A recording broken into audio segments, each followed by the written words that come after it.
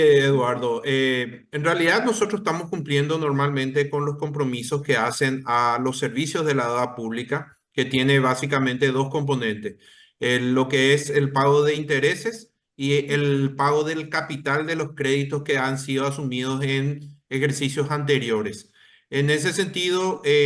realmente se ve un incremento en los pagos que se ha realizado en materia de servicio de la deuda y principalmente explicado por el componente de lo que son las tasas de interés o los intereses que paga el Estado y el cual estuvo, digamos, influenciado por los efectos del mercado internacional, en donde las tasas de interés han ido aumentando y se han estacionado, digamos, en niveles más altos que en ejercicios anteriores. Y una parte importante, una parte de la deuda pública del Estado está vinculado a tasas de interés variable, es decir, sujeto al comportamiento internacional de la tasa. Y estamos viendo nosotros que eso está explicando principalmente estos compromisos y este incremento que se ha dado en los pagos que está realizando el Estado en materia de tasas de interés y servicio de la deuda. Sí, estamos viendo que el comportamiento de estas tasas también ha tenido o se ha estacionado ya desde hace un tiempo y la expectativa a futuro es que estas tasas puedan volver a niveles menores a los que han alcanzado principalmente en el último periodo. Eso es un poco el escenario que estamos enfrentando nosotros del Ministerio de Economía y hemos cumplido a cabalidad con todo eso. Uno de los aspectos que hemos estado analizando y estamos poniendo en práctica dentro del Ministerio de Economía a los efectos de evitar este comportamiento, estas fluctuaciones que afectan a los compromisos, es lo que hemos hecho este año, por ejemplo, con la emisión en moneda local en el mercado internacional y también un proceso de guaranización de la deuda que ya tenemos hoy. Y eso va a permitir al Estado una mayor previsibilidad en cuanto a los compromisos, porque va a estar denominado en guaraníes, que es la moneda que manejamos más acá en materia de ingresos, y principalmente también evitar estos vaivenes en la tasa y el tipo de cambio principalmente, Eduardo. En términos estadísticos, este componente o impacto de las tasas de interés se va a seguir sintiendo dentro de los reportes del Ministerio de Economía y Finanzas en torno a la deuda pública, viceministro. Sí, hoy tenemos alrededor de un casi 40% de la deuda, del total de deuda, está en tasas variables. Entonces, desde el momento que una parte tan significativa de tu deuda está, digamos, vinculado al cómo se comporta el mercado internacional, hace que tengamos que estar haciendo frente a estos efectos, pero como te había mencionado, la expectativa es que dentro de un futuro cercano estas tasas que ya se están estacionando puedan tender, digamos, a una baja. Por lo menos esa es la expectativa que se tiene, Eduardo. Y pese a la presión que en cierto modo ejerce esto, viceministro, todavía desde el punto de vista técnico se hablan de niveles sostenibles en torno a la deuda pública de nuestro país. Estamos todavía del punto de vista técnico, como bien lo decís, estamos todavía en niveles que que lo hacen sostenible a esta deuda, pero sí, como te había mencionado, también estamos en este proceso de, digamos, cambiar la estructura de esa deuda y para que nos permita a nosotros tener mayor previsibilidad en términos de compromisos, de los compromisos y no estar sujetos a estos vaivenes que son, por ejemplo, el tipo de cambio o en este caso en particular los vaivenes de la tasa de interés internacional. El esfuerzo que se requirió también, viceministro, para ir saldando estos compromisos que habían quedado pendientes con las proveedoras del Estado, en cierto modo también impacta dentro de la dinámica de la deuda. Se está notando eso en términos estadísticos también. Si miramos la deuda como un todo, de verdad que está cerca del 17% del PIB, si veamos el saldo de la deuda, sí tiene un efecto. Esa es una emisión que hemos hecho a inicios de este año a los efectos de poder cancelar estos 600 millones de dólares que fueron, digamos, efecto de la deuda que nos hemos encontrado con estos dos sectores. Y obviamente genera un impacto en términos del lo que hace al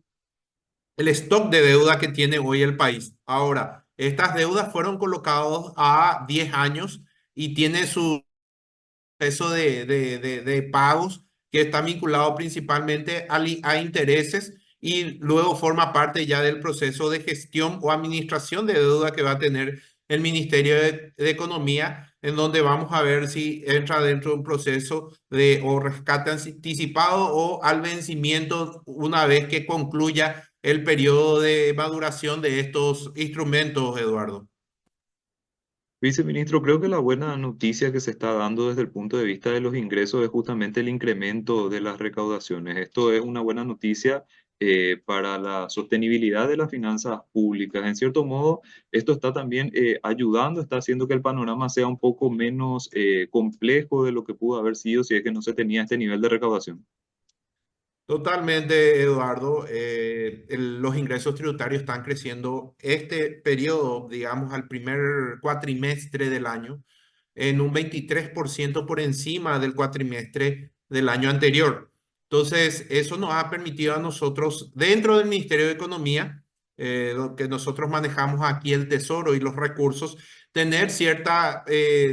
tranquilidad en cuanto a poder cumplir con los compromisos que se van generando en todos los ámbitos que tiene el Ministerio de Economía, ¿verdad? Porque nosotros tenemos que pagar salarios, tenemos que hacer la cobertura de medicamentos, entonces este nivel o esta dinámica que presenta y que está dando muy buenos efectos, digamos, la creación de la DENIT, se traduce en una tranquilidad por parte del Tesoro para poder hacer frente a los compromisos que tiene el Ministerio de Economía y que tiene el Estado en particular para poder cumplir y servicios que demanda la ciudadanía, Eduardo. Y esto desde el punto de vista de la necesidad de ir asumiendo nueva deuda también, en cierto modo, reduce la presión. Viceministro, tengo entendido también que hay recursos de este préstamo que había sido concedido por el Fondo Monetario Internacional que tampoco estamos en la presión de utilizar teniendo en cuenta de que hay un escenario tal vez un poco más benigno. Es así, Eduardo. Bueno, eso lo había anunciado el ministro Fernández, justamente, viendo un poco este comportamiento, ¿verdad? El escenario con el que cerramos el año 2023 fue de un crecimiento de apenas 6,5% acumulado en todo el año con respecto al año 22. Bajo ese escenario, el Ministerio de Economía estuvo viendo alternativas de financiamiento dentro del proceso de gestión que nos permitía dar cobertura a los compromisos de este año 2024 y realmente este dinamismo y estos resultados que está arrojando la gestión desde la DENIT ha permitido al ministerio hoy decir que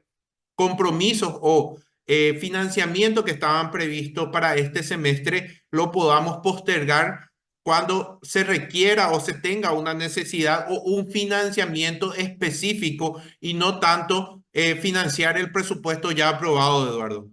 Viceministro, entonces, en torno a lo que sería la situación actual, estamos en una situación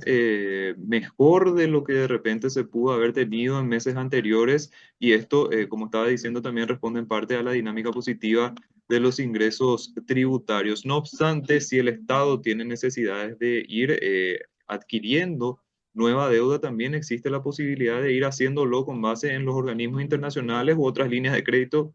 que están habilitadas para poder hacer frente a necesidades de recursos. Es así, el Paraguay en particular, ¿verdad? Y el gobierno, en este caso, tiene acceso a estos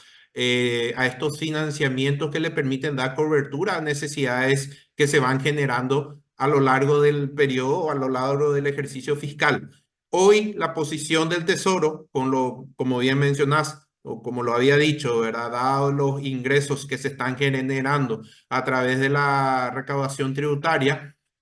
hoy no está apretado, no, por así decirlo, o no tiene una urgencia de tener que recurrir a esos financiamientos hoy que están disponibles, pero que en realidad lo vamos a estar analizando conforme a las necesidades que vayan surgiendo. Pero hoy, dado estos niveles de crecimiento de los ingresos tributarios, esta disponibilidad que se está generando, no hay una urgencia, no hay una premura para poder utilizarlos. Lo que sí está previsto, entiendo, viceministro, es continuar con las emisiones dentro del mercado nacional con instrumentos en guaraníes. Es así, nosotros hemos generado un calendario de emisión a lo largo del año, ya hemos hecho la primera emisión, quedan tres emisiones que van a ir hasta fin de año más aproximadamente. Y eso, por un lado, es el financiamiento de programas que ya tenemos previsto en el presupuesto con esta fuente de financiamiento, es decir, lo que ya está previsto con el endeudamiento y también para generar ese dinamismo y ese apetito al interior del país a los efectos de poder colocar estos instrumentos en guaraníes y que generen una dinámica y una apetencia de parte de los inversores por parte de los bonos del tesoro, en este caso denominados en guaraníes, ¿verdad? Hemos hecho esa emisión este año en el mercado internacional. Queremos seguir en esa dinámica también en el mercado internacional, pero también profundizando al interior del mercado interno, Eduardo. Y justamente esto permite avanzar en ese proceso que había comentado anteriormente de guaranización de nuestra deuda, porque son operaciones que se realizan netamente en moneda local.